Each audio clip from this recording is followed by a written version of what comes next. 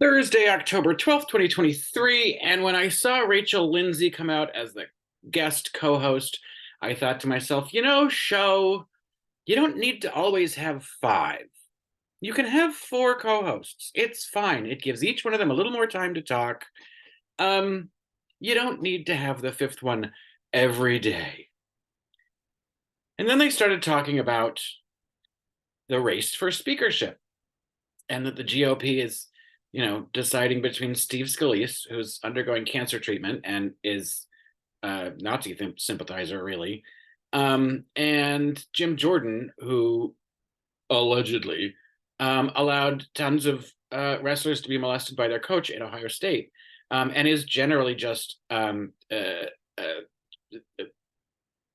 a miserable, disgusting human being. Maggot to the core, completely corrupt, probably needs to be in prison for multiple reasons. So those aren't good choices, and neither one of them really have enough votes in the Republican Party to become speaker. And so who saves the day with the idea that is the most logical, that makes the most sense, is Rachel Lindsay, who I had just been frustrated with her presence moments before she became the hero of the first Hot Topic segment.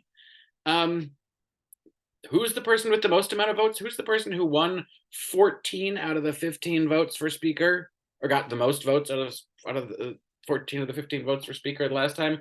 Hakeem Jeffries.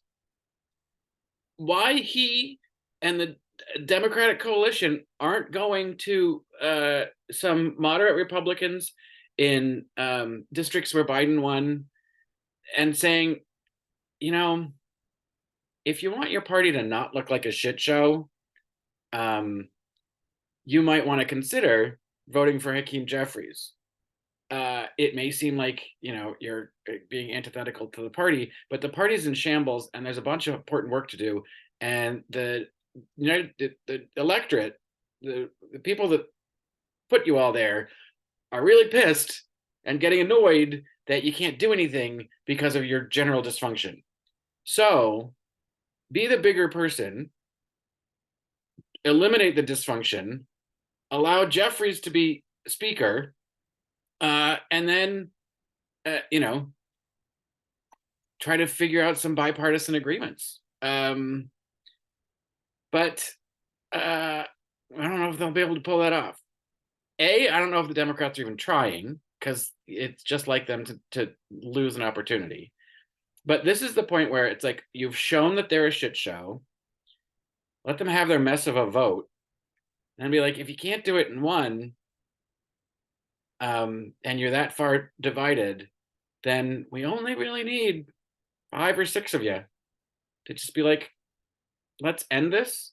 And you can become heroes. You will then say to your constituents, I no longer wanted to see this kind of behavior in the House of Representatives, and specifically from our own party, to display all that infighting. You could be the adult in the room. People are looking for that. I know everybody seems to think that you got to be Trumpian and you got to be bombastic and all that kind of bullshit. The maggots want that. The rest of us don't. We want sane people with policy ideas that actually want to govern in government. So maybe GOP, pull yourselves together and, really, just, half a dozen of you, put your little thinking cap on and try to turn this into an opportunity instead of an embarrassment. But, I don't know. They're going to have the guts to do that.